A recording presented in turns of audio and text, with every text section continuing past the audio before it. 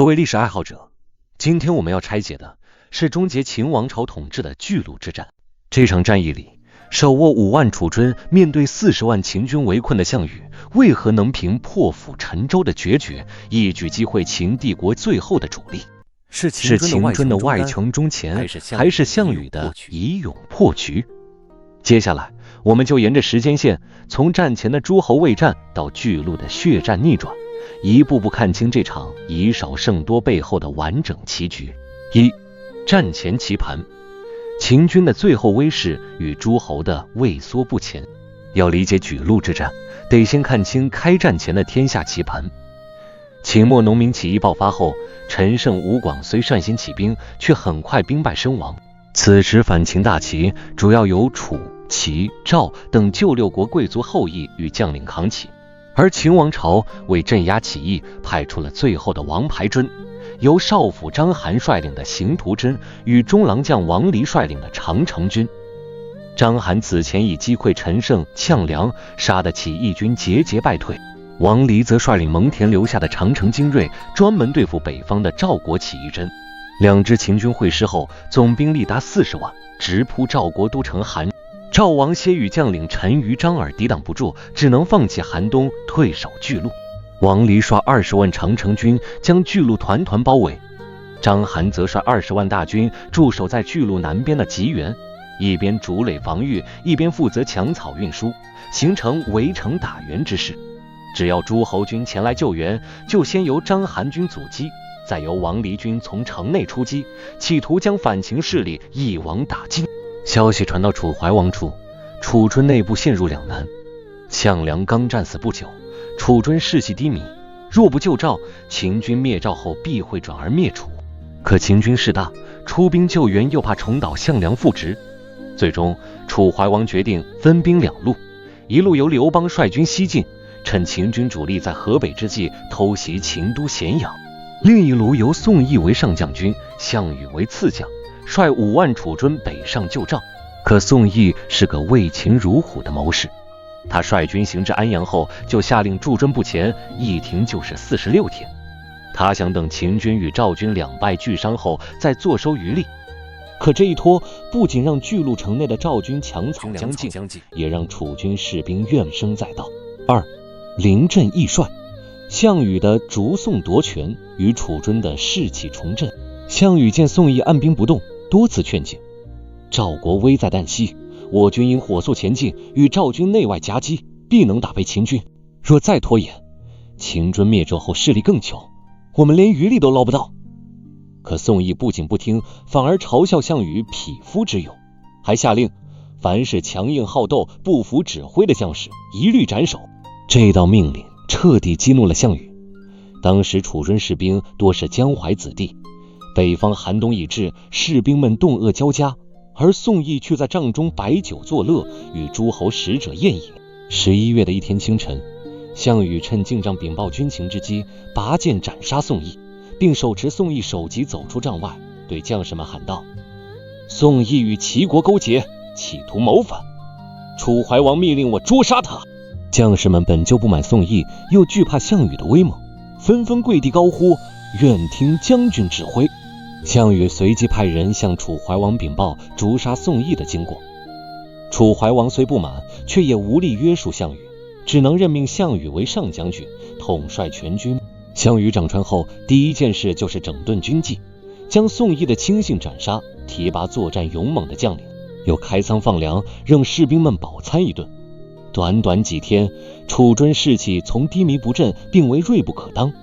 所有人都明白，这次北上救赵不是可战可不战，而是背水一战。3. 出战告捷，项羽的断粮之计与秦军的首尾难估。项羽率楚军北上后，并未直接冲击巨鹿的秦军围城部队，而是先盯上了章邯军的肠道。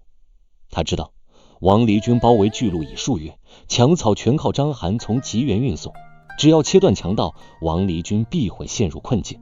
当时章邯的强盗主要靠甬道运输，项羽派英布蒲将军率2万精兵，转夜兼程绕到章邯军侧后，突袭甬道。负责守卫甬道的秦军猝不及防，被楚军杀得大败。墙被彻底切断。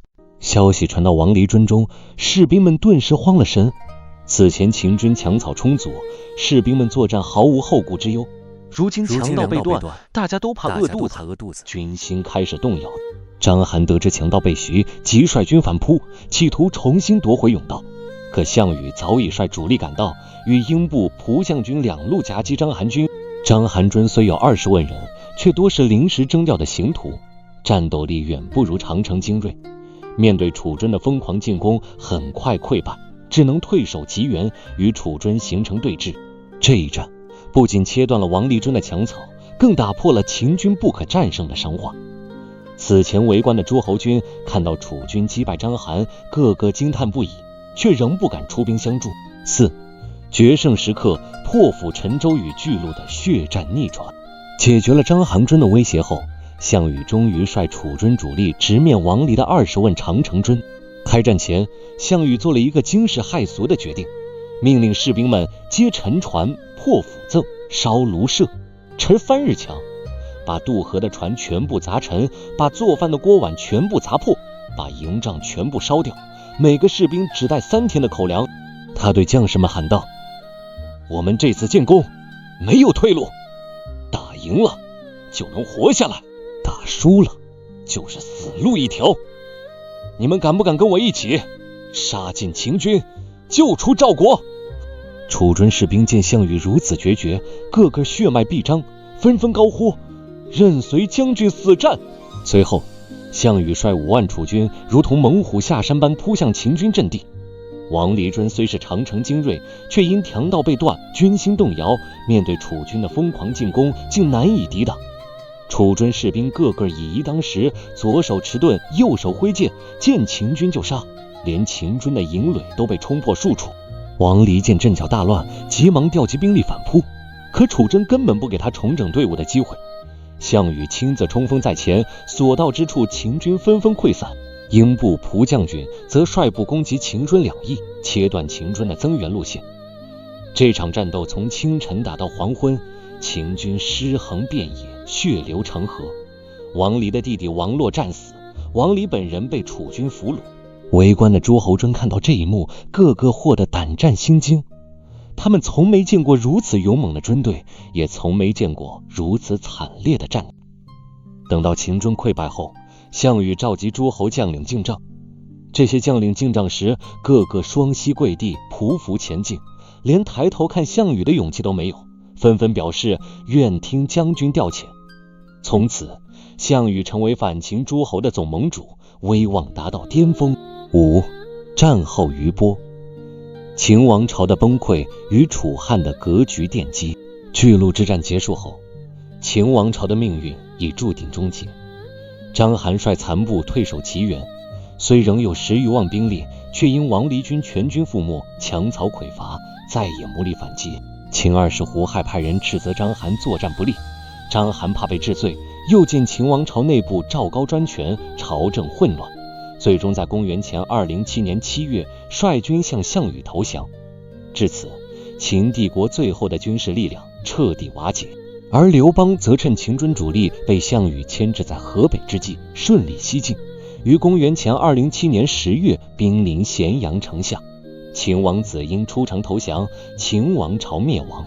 此后，项羽率诸侯军进入咸阳，杀子婴，烧阿房宫，分封18路诸侯，自封西楚霸王。刘邦则被封为汉王，驻守汉中。两人的权力之争从此拉开序幕，楚汉相争的时代正式到来。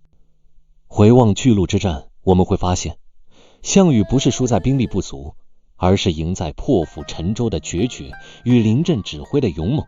他看透了秦中外强中干的本质，章邯军多为行动，王离军粮道脆弱，更懂得用断绝退路激发士兵的战斗意志。而秦军则输在内部离心与战略被动。章邯与王离互不配合，又因朝廷猜忌而心怀顾忌，最终被项羽各个击破。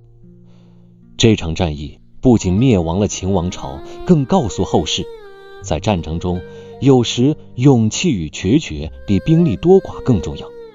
当一支军队没了退路，反而能爆发出毁灭性的力量。